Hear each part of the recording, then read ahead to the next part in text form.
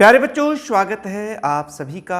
आज हम एक इम्पोर्टेंट रिलेशनशिप सेटअप करने जा रहे हैं कि एंगुलर मोमेंटम और टॉर्क में क्या रिलेशनशिप है। यानी कि आज का हमारा टॉपिक है relationship between angular momentum and torque. प्यारे बच्चों, हम लोग सभी जानते हैं कि जब कोई बॉडी रोटेशनल मोशन में होती है तो लीनियर मोमेंटम का स्थान एंगुलर मोमेंटम ले लेता है और फोर्स का स्थान टॉर्क ले लेता है। यानी कि angular momentum plays the same role in rotation motion as linear momentum in linear motion and torque plays same role in rotational motion as force in linear motion. Suppose a body is rotating about this axis and this is the suppose कीजिए z axis and this body is in xy plane. This is that particular body and you know that it is the r. जैसे ये z axis है और ये body जो है इसके surroundings में रोटेशनल मोशन कर रही है, इसके चारों तरफ ये घूम रही है। और इस समय देखिए इसका जो लीनियर मोमेंटम है जिसको हम p यानी इस एक्सिस ऑफ रोटेशन से जो परपेंडिकुलर डिस्टेंस है वो ये OB है। यानी कि this body is in rotational motion about this axis and r is the radius of that particular circular path. Now if this angle theta, then this angle will also be theta. What is the angular momentum?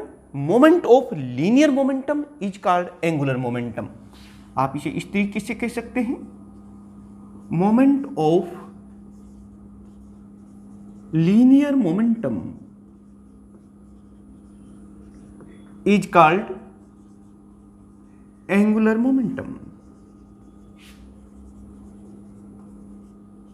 Angular momentum को हम L से लिखते हैं and it is equal to the product of linear momentum and perpendicular distance. और ये देखिए इस linear momentum की एक्सिस ऑफ रोटेशन से जो परपेंडिकुलर डिस्टेंस है वह है OB। और इस OB की वैल्यू हम इस ट्राइंगल से निकाल सकते हैं। In triangle OAB what is the value of sine theta here? Sine theta is equal to perpendicular upon hypotenuse. It means that OB divided by R, यानी OB is equal to R sin theta. Or we can put here in place of P is P, but here देखिए यहाँ OB की value हम लिख सकते हैं R sin theta। और इस तरीके से एक तरह से ये RP sin theta हो गया और इसको हम लिखेंगे R क्रॉस P। ये हमारे पास L आ गया है प्यारे बच्चों। ठीक ऐसे ही अगर कोई बॉडी के ऊपर फोर्स लग रहा है, सपोज कीजिए हम जानते हैं जिधर मोमेंटम होता है उधर ही फोर्स होता है और इस बॉडी पर जो फोर्स है वो F है, तो F के केस में भी हम यहाँ पर टॉर्क निकाल पाएंगे और 2R क्रॉस F, यानी कि जहाँ पर R क्रॉस F आए वो टॉर्क के बराबर हो गया। लेकिन हमारा मेन उद्देश्य है relationship between angular momentum and torque. तो इसके लिए हम इस इक्वेशन को दोनों तरफ with respect to t differentiate कर सकते हैं, यानी कि dl by dt। On differentiating this equation with respect to t we write d by dt into r cross p like this. और आप यहाँ पर प्रोडक्ट फार्मूला लगा करके इसे डिफरेंशिएट कर सकते हैं, यानी कि first differentiation of second,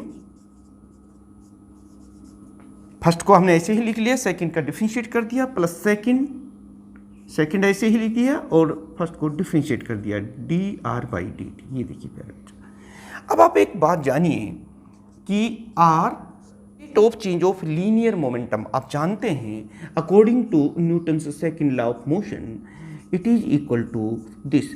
rate of change of linear momentum is equal to the force applied on that particular body. So it is equal to F plus P.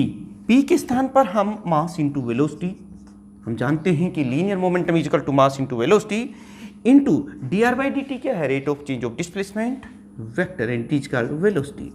और एक ही जैसे दो वेक्टर्स के बीच में जो क्रॉस प्रोडक्ट होता है, आप जानते हैं कि क्रॉस प्रोडक्ट क्या है, आर एफ साइन थीटा, और थीटा कितना हो जाएगा, दोनों ही वेक्टर देखिए एक ही डायरेक्शन में है तो उनके बीच में एंगल जीरो हो जाता है। तो एंगल जब जीरो हो जाता है तो फिर क्रॉस प्रोडक्ट कितना हो जाता है उसका, जीरो, यानी कि ये जो टर्म है ये जीरो हो गई है।